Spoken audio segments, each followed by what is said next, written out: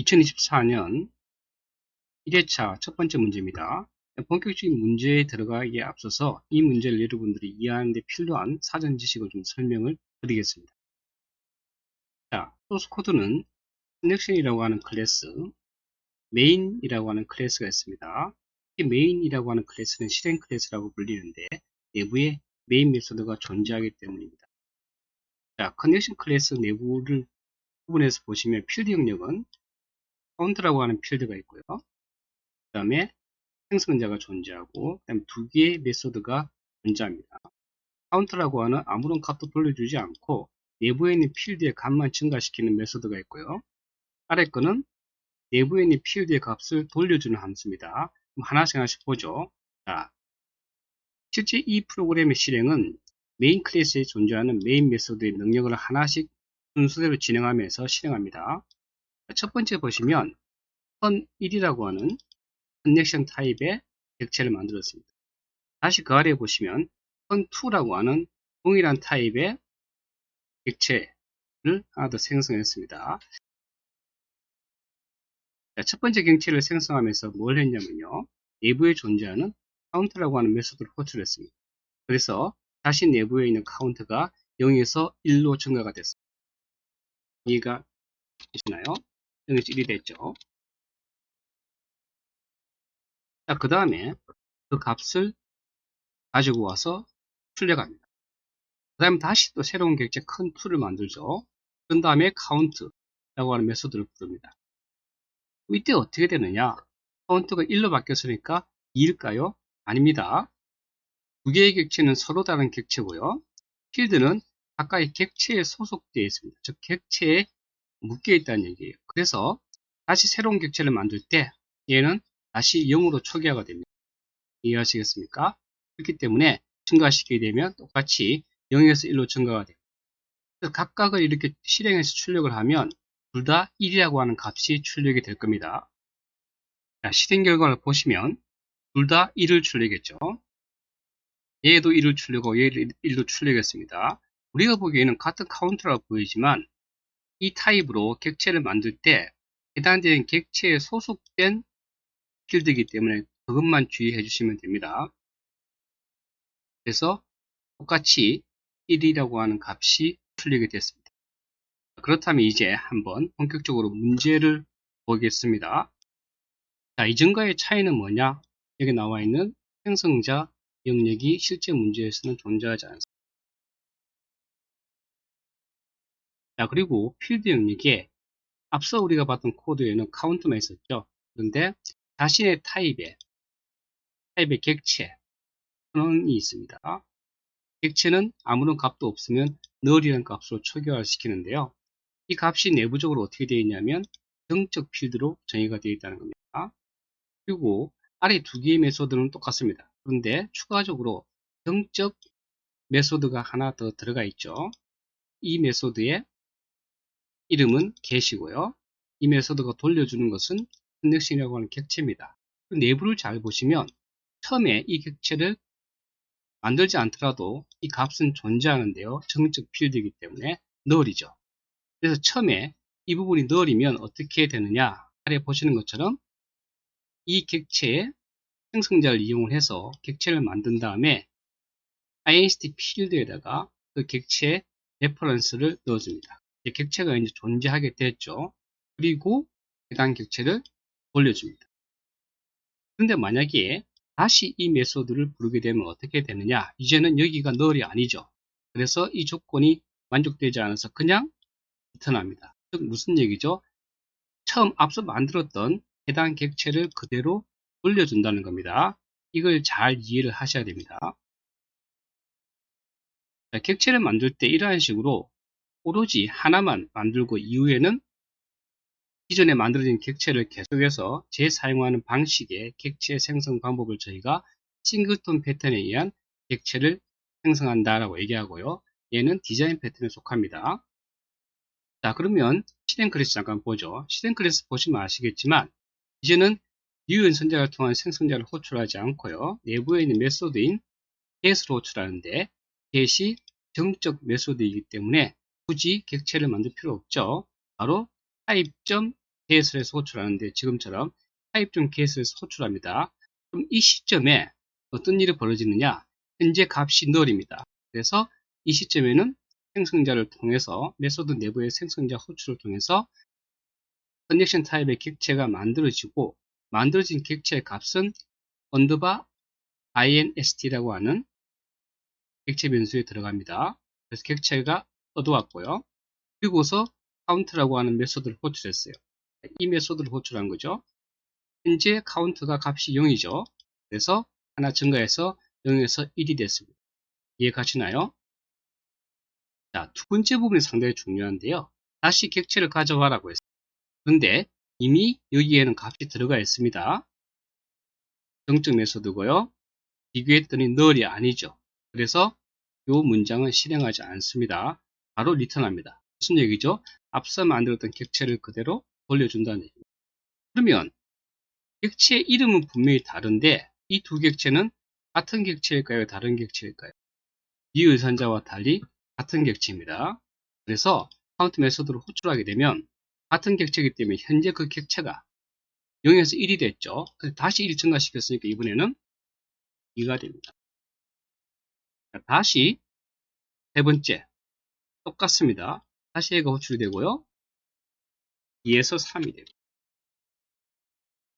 출력하기 전에 마지막으로 다시 첫 번째 객체의 카운트를 다시 호출하고 있죠. 이 모든 객체는 같은 객체죠. 이름만 다를 뿐이지. 다시 카운트를 증가시키면 어떻게 되죠? 예, 3에서 카운트 값이 4가 됩니다. 그럴 때 내 카운트를 가져와라. 무슨 얘기죠? 값을 출력하라는 얘기죠. 그럼 결과적으로 4가 출력이 됩니다. 한번 실행시켜 보겠습니다. 자, 4가 출력이 됐습니다. 이해가시나요? 조금 어려울 수 있습니다. 자, 그럼 두 번째 문제로 한번 넘어가 보겠습니다. 자, 두 번째 문제는 실행 순서를 중복 번호 없이 작성하랍니다. 지금 각 문제의 소스 코드를 보시면 이렇게 번호가 붙어 있죠. 어떤 것이 어떤 순서로 실행되는지를 적으라는 겁니다. 자, 일단은 내부 소스 코드부터 확인해 보죠. 자, parent라고 하는 클래스가 있습니다.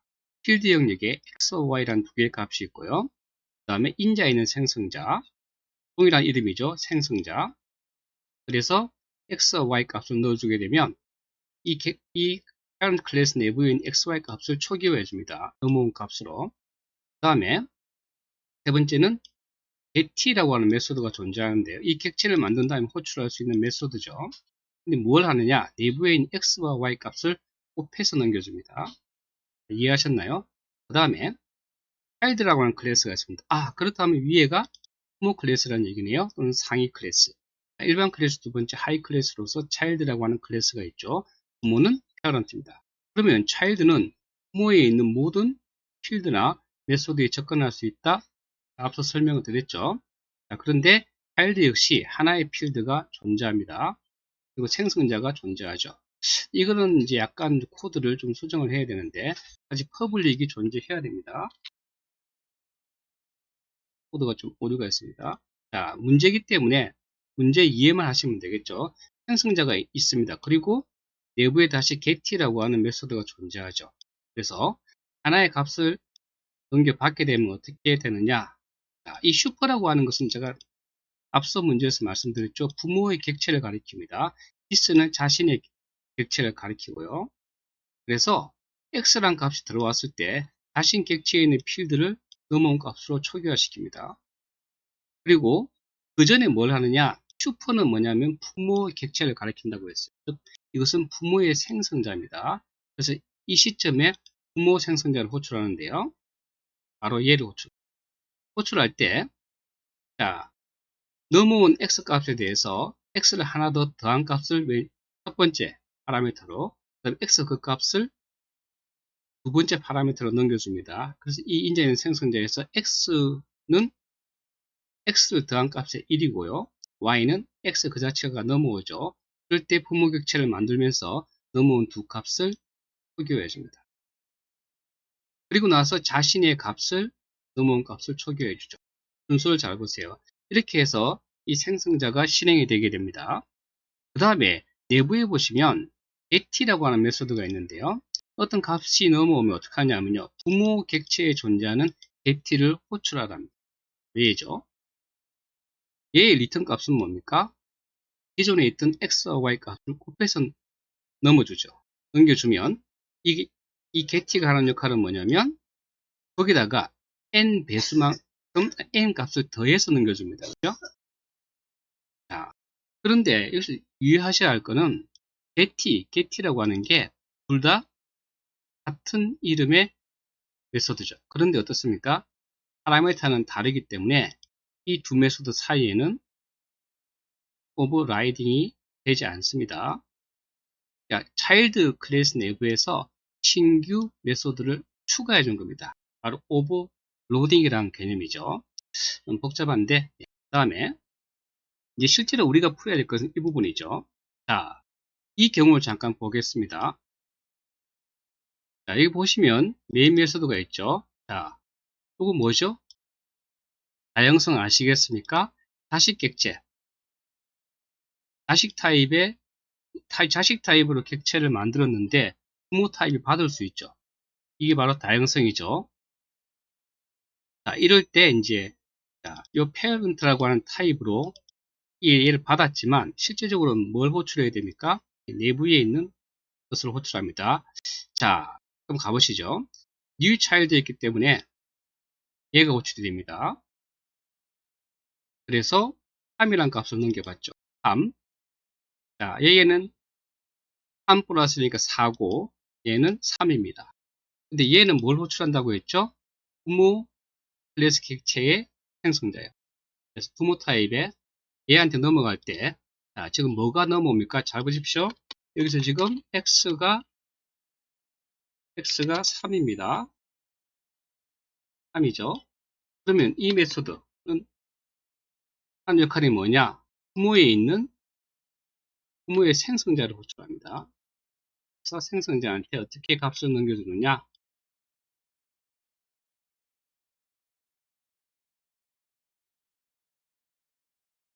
자, 생성자한테 이렇게 넘어갑니다. 4, 3. 이렇게 생성자 호출합니다. 여기서 코드가 지금 퍼블릭이 빠졌습니다. 잠깐 추가해 주겠습니다. 보통 뭐 생략을 해주는 경우도 있지만 생성자는 추가해 줘야 되니까. 그럼 여기에 지금 각각 4와 3이 넘어온다는 얘기죠. 그럼 패런트 객체는 x는 4, y는 3이라고 하는 값이 들어가 있습니다. 잘 기억하세요. 즉 x는 4, y는 3이라는 값이 들어갑니다. 그 다음에 그럼 이게 끝났죠. 자, 이 시점에 이제 패런트라고 하는 객체.get입니다.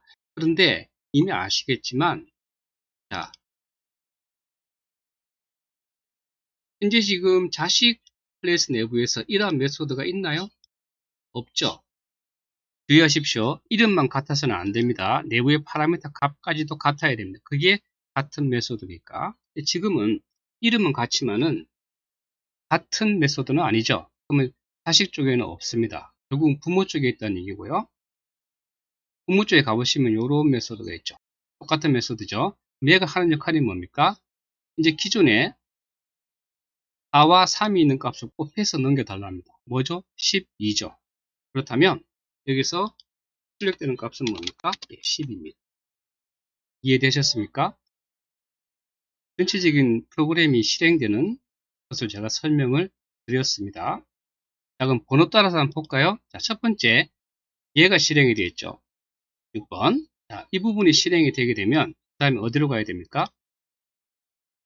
자, 지금 생성자 호출했죠? 그러면 여기로 들어갑니다. 보이십니까? 그래서 여기서 여기로 들어갑니다. 내부에 봤더니 뭘 했냐면요. 차일드 클래스의 부모 클래스에 존재하는 생성자를 호출하라고 합니다. 그래서 여기로 갑니다. 그 다음에 자기 자신의 객체, 차일드 객체 내부의 x에다가 이 값을 포기를 해주랍니다. 그래서 현재 여기는 3이 있겠죠. 그럼 끝났습니다. 이 부분이. 그 다음에 뭐 하느냐 하면 이제 페어런트 객체, 다형성이죠. 다형성의 get를 호출하는데 get는 부모 쪽에만 있죠. 근데 이것은 상속이기 때문에 자식 객체로도 부모 타입을 접근할 수 있습니다. 그래서 얘를 호출합니다. 그 다음에 x와 y를 곱한 값을 올려줍니다. 10이죠. 12. 그래서 12를 출력한 것으로 프로그램이 끝나는데, 그럼 순서대로 한번 볼까요? 처음에 뭐가 실행됐습니까? 6이죠? 그 다음에 여기로 왔죠? 3입니까? 예, 3입니다. 그 다음에요. 부모 쪽으로 가죠? 여기요. 1이네요. 그 다음에 이 작업이 끝나면 다시 여기로 옵니다. 그 다음에 이 부분을 실행하죠. 근데 더 이상 뭐 번호는 여기 없습니다. 그 다음에 parent getT를 호출하라고 합니다. 그렇다면 parent getT 요거죠? 2.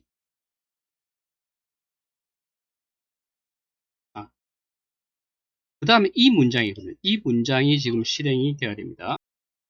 자, 7번이 먼저 왔죠. 제가 잘못 쓰면 7번이 먼저 오고 그 다음에 내부에 있는 얘가 호출이 되죠. 2번이. 자, 그래서 이 프로그램은 6317입니다. 결국은 이제 헷갈리시면 안 되는 이 4번이 호출이 안 된다는 걸 알 수가 있습니다. 조금 더 응용 가능하겠지만은 현재 이 문제를 이 정도 수준에서 제가 설명을 드리고 끝내겠습니다. 자, 그러면 3번 문제를 보시겠습니다. 자, 3번 문제입니다. 3번 문제는 보시면 아시겠지만 클래스 1이라고 하는 클래스가 있고요. 클래스 2라고 하는 클래스가 있고 실행 클래스인 메인 클래스가 존재합니다. 메인 메소드가 있죠.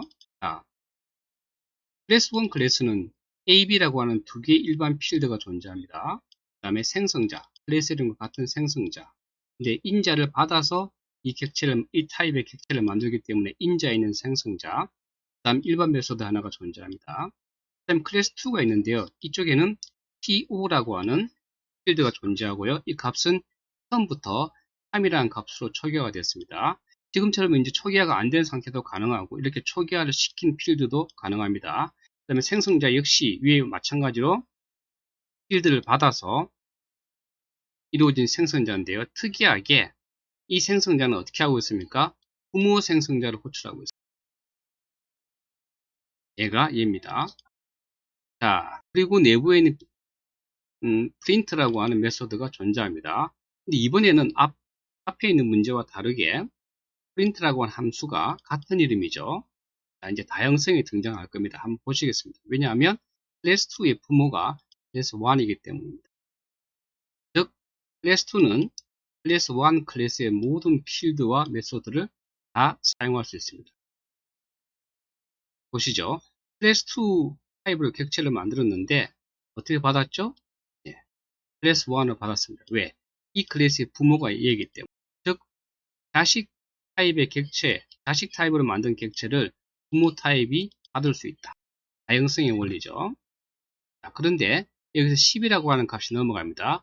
i가 10이죠. i에 지금 10이라고 하는 값이 들어갑니다. 자, 그렇다면 이제 어떻게 하느냐? 이 부분 잡으시면 부모 객체 생성자죠. 그래서 어떻게 넘어갑니까? 여기는 10, 11이죠. 그렇다면 이 메소드가 호출이 되는데 이 시점에 A에는 10, B에는 11이 들어갑니다.